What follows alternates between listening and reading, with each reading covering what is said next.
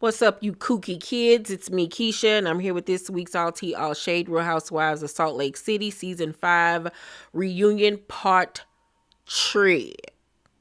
Tres amigos. What is wrong with me? Okay, so Brittany joins the reunion, and it's brought up how she and Angie were wearing the same dress, but she said, you know what, you have it. I'll find something else.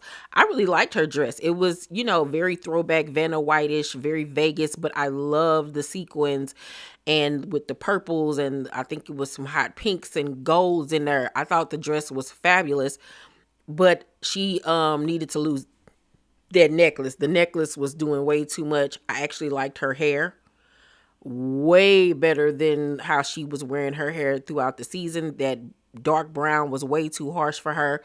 Her makeup was 10 times better than it was this season. So shout out to Brittany. She said that she and Jared had broken up at that time and that she was done for good, and production made sure to put a side note on the screen saying that since then they'd gone Instagram official and we're back together. Like, I'm so sick of her and Jared, child. So we know Brittany will be back next season, and we know Jared will be right there with her, child. I just cannot. So Jared apparently DM'd Bronwyn and cussed her out because he thought that she was talking about his Peter Weeder on the after show. But really what she said was that somebody was telling her a story about his Peter Weeder. And they played the audio. Well, they played the scene, and it was somebody at one of the parties that was telling Bronwyn that he'd come to the spa and that he had a little Peter Weeder. So the fact that Brittany be saying that the schmex is so good, she gotta be lying because he ain't packing down there. Well, that ain't all the way true. You know what I'm saying? You can have a little thing, you know what I'm saying? Because as long as you got that motion in the ocean, you know what I'm saying? Because I didn't had a little Peter Weeder that then almost got me there. You know what I'm saying?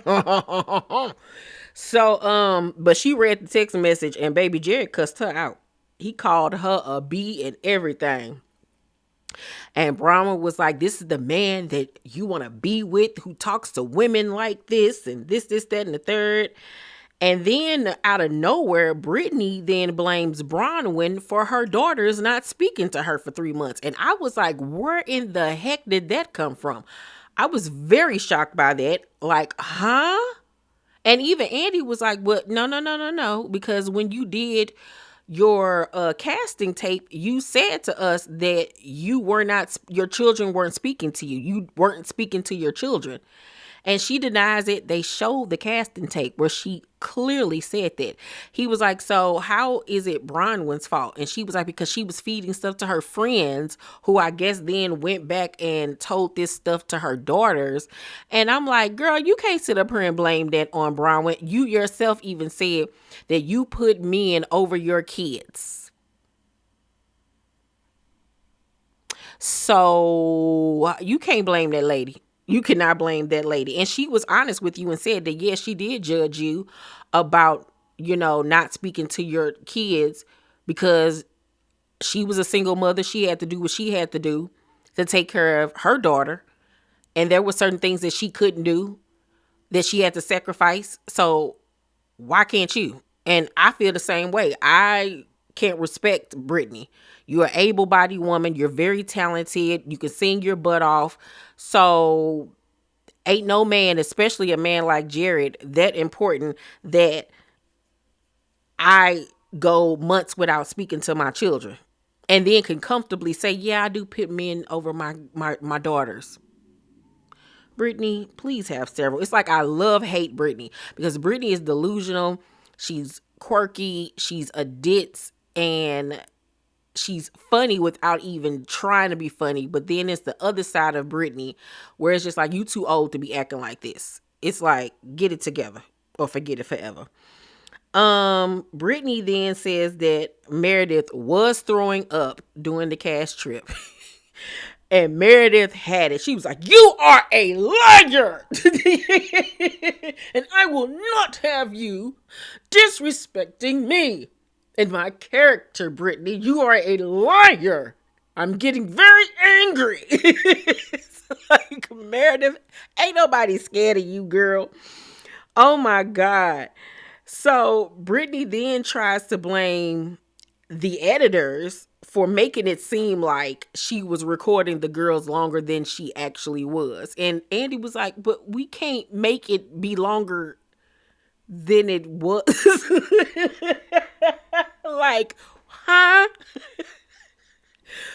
Brittany is such a ditz. So then Andy says that the ladies freaked out over it because of what they had just gone through the previous season with Monica and everything. And Brittany was like, and yeah, that was very abusive, and I'm still recovering from that. And Mary said, okay, well, get over it, babe. It happened and it's done. Hopefully you are too. Like, Mary was not taking her foot off of Brittany's neck. She cannot stand that girl. She cannot. And I don't blame her. So, I think at this point, Brittany leaves the stage and Meredith reveals that she's talked to Jen. And everybody was like, what? And Whitney was like, but y'all got mad at me for talking to Monica?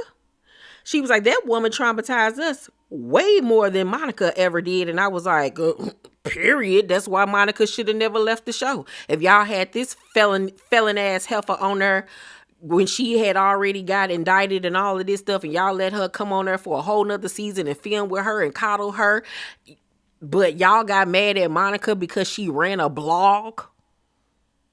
Well, helped run a blog. Like, so ridiculous, and it just riles me up all over again. I just cannot. So Meredith talking about something. I mean, she's paying for her mistake. She's serving time. She's paying her restitution and all of this type of stuff. And Mary was like, if Jen would have called me, I would not have picked up the phone because she did traumatize us. She sat up here and tried to blame me and you for her getting arrested. She lied all the way up until she couldn't lie no more. What are you doing talking to her? Okay? Period. You see who was sitting there on mute? That dang on Heather. Because I wouldn't be shocked if Heather didn't talk to her. Heather probably talked to her every week and put money on her books, knowing Heather, she's so whipped. Okay? But you got so much to say about Monica, but we ain't hear you say nothing about that. Child. And so Whitney then apologizes to Lisa for talking about her marriage. Like, she's trying to move past it, but Lisa just is not hearing it.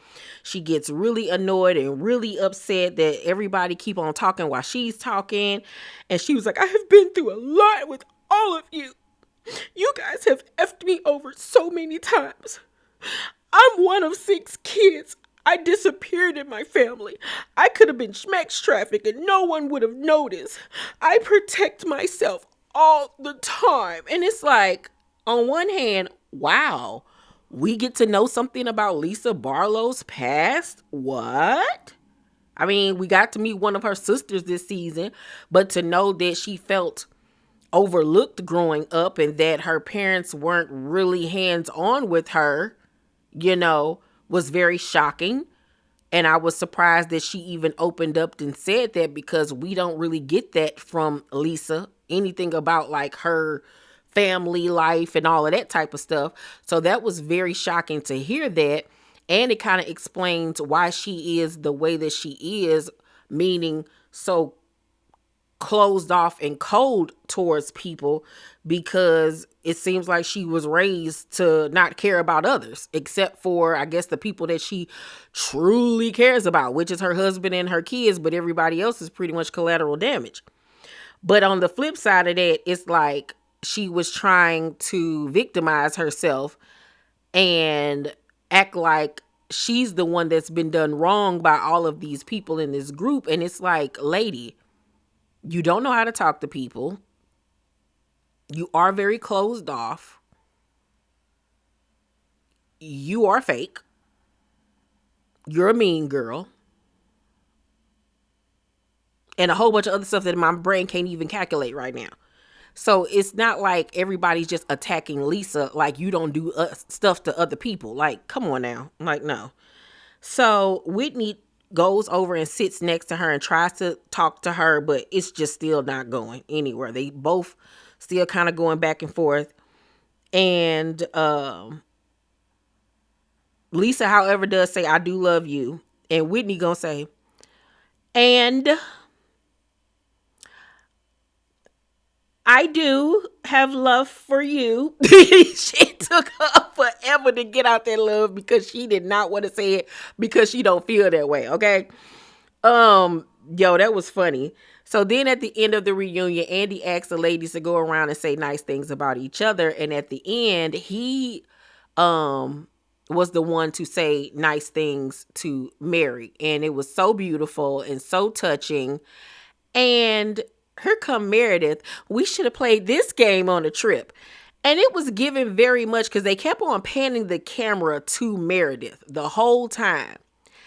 And anytime Mary would speak throughout this reunion, I noticed that they would pan the camera over to Meredith to get her reaction. And she always had this look on her face when it came to Mary. And because this is my first time talking about this, because I wanted to wait and see if I was going to continue to feel like this. But it kept on giving every time they would pan the camera over to Meredith that she was jealous of Mary and the shine and the love and the attention that Mary was getting this season. And it really was solidified to me when she jumped in and said, we should have did this on the cast trip while Andy was, saying nice things about Mary, because you was sitting there on mute when everybody else was saying nice things to Mary. I mean, to each other. But then when you saw Andy praising Mary, who obviously this season was the fan favorite and had her redemption season, the season where a lot of people who hated on her finally understood her and really grew to love her and like her. And it was giving she didn't like that. It was giving very much she liked it when Mary was on the outs and only had her. Because she always goes back to when it comes to her and Mary talking about their friendship. I was your friend when nobody else wasn't. Like, that's all she keep on saying. And so when she jumped in and said that pissed me off. Because like, why are you ruining her moment? It was like she didn't want to hear the nice things being said about Mary. Yeah, Mary, watch her. Watch her. Watch her. I ain't like that, Bernie. Was it just me? Y'all let me know if it's just me, if I'm reaching, is my spirit wrong? But it was giving me very much she does not like the attention and the popularity that Mary is getting. That's what it was giving me, child. And then they pan the camera backstage, and here go Britani. I should be out there. What am I doing? Why wasn't I out there? I'm like, bitch, you a friend of. What the hell is you talking about, Britani? Baby, that was funny. But like I said over on Patreon, this was a stellar season. A+ across the board. There was not one filler episode this entire season. Season 4, season 5 have been Salt Lake City's best seasons. I am looking forward to season 6. They need to keep the cast as is. Nobody needs to leave. Everybody needs to stay, including Britani. This is the cast here. I think that they have found their nucleus. The only thing that would make it better is Monica coming back, but I know that's not going to happen at this point. I don't see it happening, but it would be great to have her back at least as a friend of, because there's so much that has not been finished there. It's so much unfinished business there that needs to be finished, and I feel like Monica deserves to speak her piece, because a lot of stuff got blamed on her that shouldn't have. And it needs to be addressed. It really honestly does. But yeah, the ladies showed up and showed out. Best housewife show as far as all of the franchises right now. They did the dang on thing. Super happy. I hope next season, and I really feel like it's gonna happen, that Mary will get the center snowflake. And I just pray that she has another great season next year, and that her and Angie's friendship continues to grow. And her relationship with some of the other women, you know. But yeah, I am obsessed with this season. I'm gonna watch it again from beginning to end because it was that good. Y'all let me know what y'all thought about Reunion Part 3. Please make sure to thumbs up this video, subscribe to my channel, and turn on your post notifications so you know my videos drop. I love you guys, and I'll see you on the next one. Bye.